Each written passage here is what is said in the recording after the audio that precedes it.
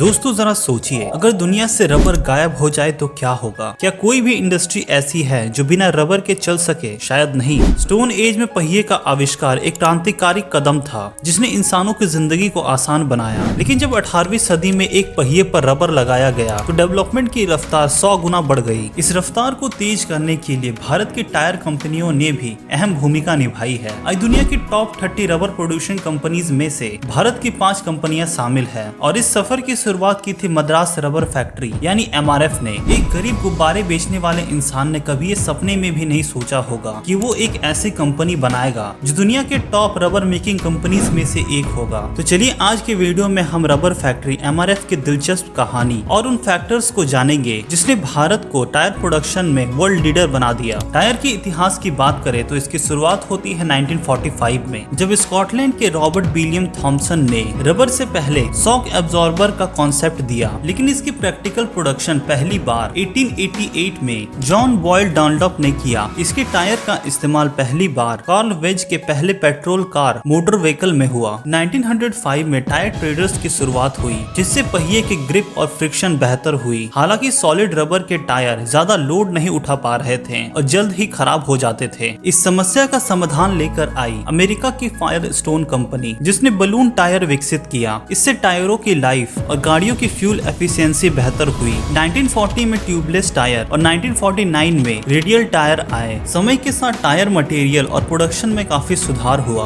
अब सवाल ये आता है कि रबर बनता कैसे है। रबर दो प्रकार के होते हैं। पहला सिंथेटिक रबर जो पेट्रोलियम का बाय प्रोडक्ट है, जो कि सस्ता और आसानी से अवेलेबल है। दूसरा नेचुरल रबर जो रबर ट्रीज के लेटेक्स से तैयार होता है, जो कि महंगा और अच्छी क्वालिटी का होता है। आज से 100 साल पहले दुनिया का 90% रबर ब्राजील से आता था, लेकिन 1930s के रबर ब्लास्ट नामक फंगस ने ब्राजील के रबर ट्रीज को जड़ से खत्म कर दिया। आज दुनिया के 90% रबर की आपूर्ति एशिया करती है, जिसमें थाईलैंड, मलेशिया, इंडोनेशिया और भारत का बड़ा योगदान है। इसी दौरान केरल के एक रईस परिवार में KM मनन का जन्म हुआ। उनके पिता एक अखबार और बैंक के मालिक थे, लेकिन जब उन्होंने हुकूमत के खिलाफ आवाज उठाई, त्रवनकोर रियासत ने उनकी संपत्ति जब्त कर ली और उन्हें जेल में डाल दिया। KM मनन का परिवार सड़क पर आ गया। उन्होंने किसी तरह अपनी पढ़ाई कंप्लीट की और 1946 में गुब्बारे बनाकर बेचने का काम शुरू किया। 1952 में उन्हें टायर रिपेयरिंग के बारे में पता चला। उन्होंने अपनी पूरी सेविंग्स लगाकर इस काम की शुरुआत की। 4 साल के अंदर MRF ने टायर रिट्रेडिंग में 50% मार्केट शेयर हासिल कर लिया। KM मनन को अब समझ आने लगा था कि टायर रिपेयरिंग और टायर मैन्युफैक्चरिंग दो बिल्कुल अलग क्षेत्र है। जहाँ रिट्रेडिंग में पुराने टायरों को नया जैसा बनाया जाता है, वहीं मैन्युफैक्चरिंग में टायर को नई सिरे से डिजाइन और पूरी तरह से तैयार करना होता है। उन्होंने अमेरिका की कंपनी मेंसफील्ड के साथ साझेदारी की, जो टेक्नोलॉजिकल सपोर्ट देने में माहिर थे। लेकिन यहाँ एक बड़ी चुनौती थी, भारत की सड़कों की स्थिति। अमेरिका की मेंसफील्ड कंपनी ने अपने अनुभव के आधार पर टायर बनाए, लेकिन वो भारत की सड़कों और जलवायु के हिसाब से टिकाऊ नहीं थे।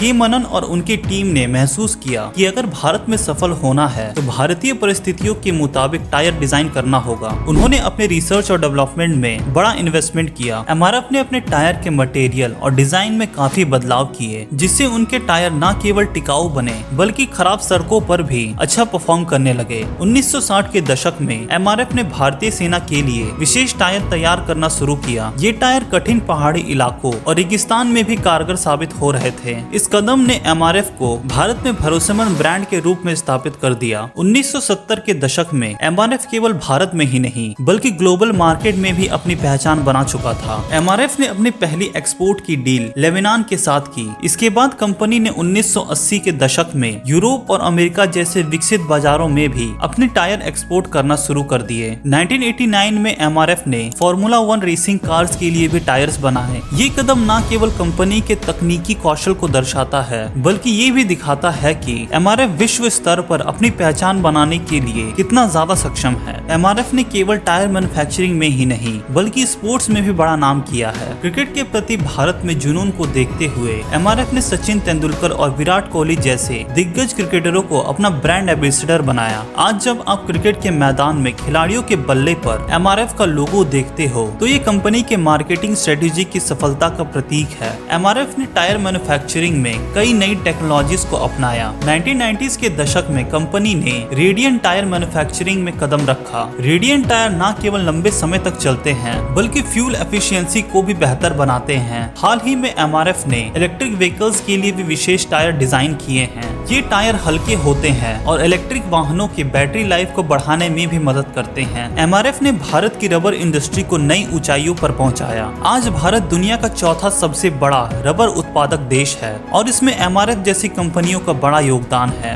MRF ने भारत में हजारों लोगों को रोजगार दिया है और छोटे रबर किसानों के लिए भी एक स्टेबल मार्केट उपलब्ध कराया है। MRF केवल टायर मैन्युफैक्चरिंग तक सीमित नहीं रहना चाहती। हाल ही में MRF ने रिसर्च एंड डेवलपमेंट के लिए एक नया सेंटर खोला है जहां अगली पीढ़ी के टायरों के लिए रिसर्च किया जा रहा है। MRF ने ग्रीन एनर्जी को बढ़ावा देने के लिए सोलर और विंड एनर्जी में निवेश करना शुरू किया है। तो दोस्तों ये थी MRF की इंस्पायरिंग स्टोरी। एक छोटे से गुब्बारे बेचने वाले इंसान ने अपनी मेहनत और विजन से MRF जैसी बड़ी कंपनी खड़ी कर दी। KM मनन ने न केवल भारत में बल्कि पूरी दुनिया में अपने टायरों का भरोसा दिलाया है। अगर आपको ये वीडियो पसंद आया तो वीडियो को लाइक, शेयर और चैनल को सब्सक्राइब कर दें। मैं आपसे मिलता हूँ अगले वीडियो में, तब तक के लिए जय हिंद।